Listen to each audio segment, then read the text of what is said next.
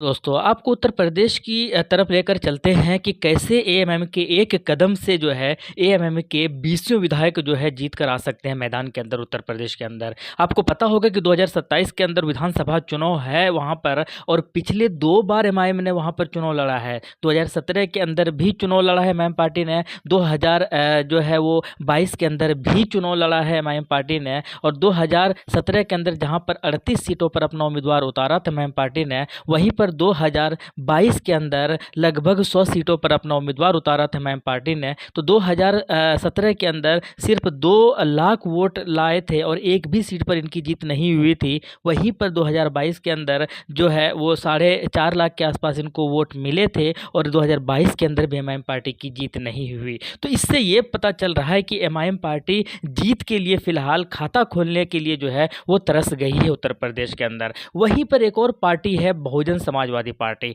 मायावती की पार्टी है ये और एक बार फिर से इन दोनों के बीच में गठबंधन को लेकर काफ़ी बातें हो रही है और ये गठबंधन को लेकर तब से बातें होने लगी जब से बिहार के अंदर उनके एक विधायक की जीत हुई है पिंटू यादव के और वो स्टेट प्रभारी है अनिल चौधरी। दोनों ही बैठे हैं और दोनों ही के जो पोस्टर पर जो है असदुद्दीन ओवैसी साहब का भी पोस्टर लगा हुआ है। तो इससे साफ पता चलता है कि दोनों के बीच में, जबकि बहुजन समाजवादी के साथ गठबंधन नहीं था बिहार के अंदर इस बार, लेकिन फिर भी जो है कहीं न कहीं असदुद्दीन ओवैसी साहब ने कहा था कि जहाँ पर एमआईएम नहीं हो वहाँ पर जो है बीएसपी को सपोर्ट करें। तो इससे ये भी पता चल रहा है कि दोनों के बीच में कुछ ना कुछ खिचड़ी पक रही है। लेकिन खिचड़ी पकने की एक और सबसे बड़ा रीज़न है, वजह है कि मायावती के पास फिलहाल दलितों का वोट तो है, लेकिन मुसलमानों का वोट जो है उनके हाथ से फिसलता जा रहा है। और जहाँ पर एक वक्त सरकार हुआ करता था मायावती का उत्तर प्रदेश के अंदर, वहीं पर उनके 1-2 सीट के लिए तरस गई है मायावती की पार्टी उत्तर प्रदेश के अंदर।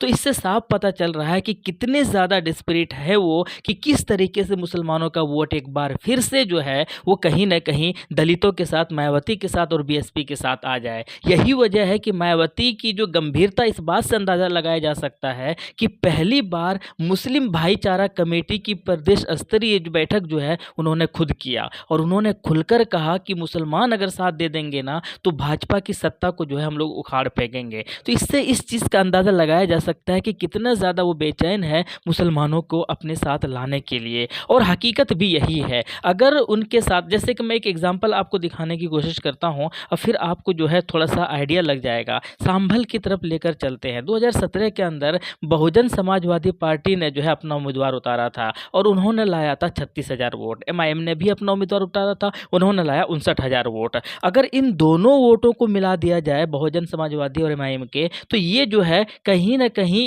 80-90 हज़ार के आसपास आ जाते हैं, जो कि यहाँ पर जिनकी जीत हुई है वो 79,000 वोट लाकर जीत हासिल कर लेते हैं। तो अब समझिए, ये कैलकुलेशन समझिए। इसी तरीके से 2022 के अंदर इसी सीट से अगर हम लोग कैलकुलेट करते हैं तो बहुजन समाजवादी पार्टी 44,443 वोट लाती है और एमआईएम पार्टी जो है 21,470 वोट लेकर आते हैं और जीत 1,07,000 के आसपास होती है। तो एक बार फिर से इन दोनों को वोट मिला देते हैं तो कहीं न कहीं जीत के करीब पहुँच जाती है। तो इससे ये पता चल रहा है कि बहुजन समाजवादी पार्टी के सुप्रीमो मायावती भी चाहती है कि भाई मुसलमानों का वोट हमारे पास आ जाए। अब ऐसे सीधे तौर पर तो आ नहीं सकते हैं, तो उनको चाहिए एक मुस्लिम लीडर। और मुस्लिम लीडर कौन चाहिए, कौन है फिलहाल अब जो पूरे भारत के अंदर मुसलमानों के सबसे बड़े रिप्रेजेंटेटिव तौर पर निकले हैं, उभरे हैं, तो वो है असदुद्दीन ओवैसी साहब। यही वजह है कि मायावती साहिबा ने जो है वो खुलकर कहा है कि हम आने वाले उत्तर प्रदेश के अंदर जो चुनाव होगा, किसी भी बड़ी पार्टी के साथ हम गठबंधन में नहीं जा रहे हैं,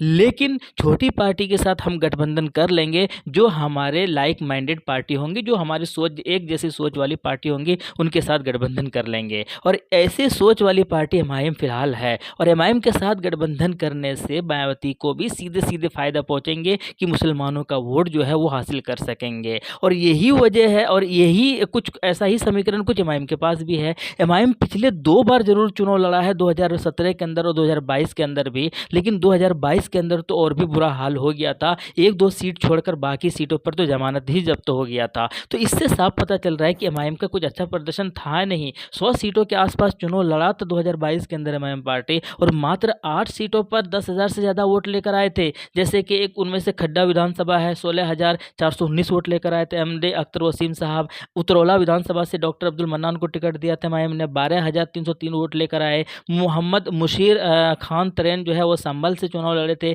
21,470 वोट लेकर आए। अनिल कुमार रानीगंज विधानसभा से चुनाव लड़े थे एमआईएम पार्टी की तरफ से, 11,748 वोट लेकर आए। शाह आलम जो है मुबारकपुर जो है वो चुनाव लड़े थे, 36,460 वोट लेकर आए, सबसे ज़्यादा यही वोट लेकर आए थे। और इसी तरीके से मोहम्मद वारिस थे जो कुंदरकी विधानसभा से चुनाव लड़े थे, 14,251 वोट लेकर आए। बबलू सिंह है फिरोजाबाद से चुनाव लड़े थे एमआईएम पार्टी की तरफ से, 18,898 वोट लेकर आए। शकील अहमद है असमोली से चुनाव लड़े थे, 13,224 वोट लेकर आए। तो आप समझिए सिर्फ 94-95 सीटों में से सिर्फ 8 सीटों पर 10,000 से ज़्यादा वोट लाना, ये कोई अच्छा प्रदर्शन नहीं कहा जा सकता है। ये कोई अच्छा मूव भी नहीं कहा जा सकता, ये कोई अच्छा रिजल्ट भी नहीं कहा जा सकता है। तो इससे साफ पता चल रहा है कि एमआईएम पार्टी को भी एक बड़ा समर्थन की ज़रूरत है। एमआईएम पार्टी को भी एक अच्छे जो है वो गठबंधन की ज़रूरत है उत्तर प्रदेश के अंदर, और कुछ अच्छे उम्मीदवारों की ज़रूरत है ताकि वहाँ पर खाता खोल सके। अब जहाँ पर इनके वोट परसेंटेज बढ़े हैं उत्तर प्रदेश के अंदर पिछले बार 2017 के मुकाबले में,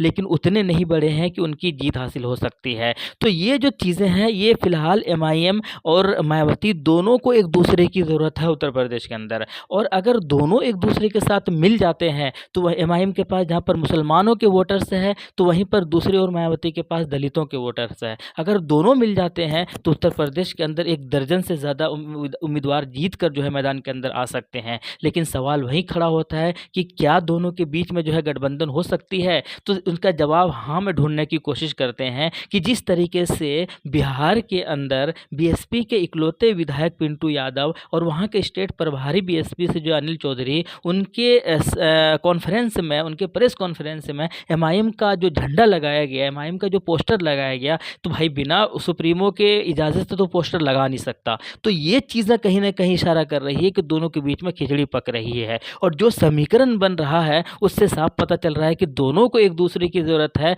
नहीं तो बीजेपी के आंधी में सब खत्म हो जाएंगे, कोई भी जीत नहीं पाएंगे। और फिलहाल सपा की अगर बात की जाए तो सपा वाले कभी भी एमआईएम को अपने साथ शामिल नहीं करेंगे। क्यों नहीं करेंगे? जो समीकरण बिहार में बन रहा था, जो चीज़ें बिहार में बन रही थी, वही भाई वहाँ पर भी बन रहा है। सपा वाले कभी नहीं चाहेंगे कि एमआईएम को अपने साथ शामिल करें, कुछ सीटें दें, और वो कभी नहीं चाहेंगे कि मुसलमान वोट जो हमसे हटकर वो एमआईएम के खेमे में चली जाए। तो समाजवादी पार्टी तो करेंगे नहीं, हालांकि कोशिश ज़रूर करेंगे एमआईएम पार्टी कि उनके साथ शामिल हो जाए ताकि वोटों का बंटवारा ना हो। प्रपोजल भी किया है, कहा यह भी किया है कि इस 200 सीटों पर हम चुनाव लड़ेंगे, एमआईएम पार्टी ने यह भी घोषणा किया है। लेकिन कुल मिलाकर ये उस बात पर तय करेगा कि गठबंधन किनके साथ हो रहा है। यहाँ तक कि एमआईएम पार्टी की अगर कुछ पॉजिटिव चीज़ों की अगर बात की जाए तो पहले से ज़्यादा ये मजबूत हुई है उत्तर प्रदेश के अंदर, ये बात बिल्कुल तय है, ये बात बिल्कुल क्लियर है। लेकिन अगर समाजवादी पार्टी या बहुजन समाजवादी पार्टी दोनों में से किसी के साथ भी एमआईएम की गठबंधन होती है तो एमआईएम के बल्ले बल्ले हो जाएंगे और एमआईएम के बहुत ज़्यादा सीटों पर जीत हासिल हो सकती है।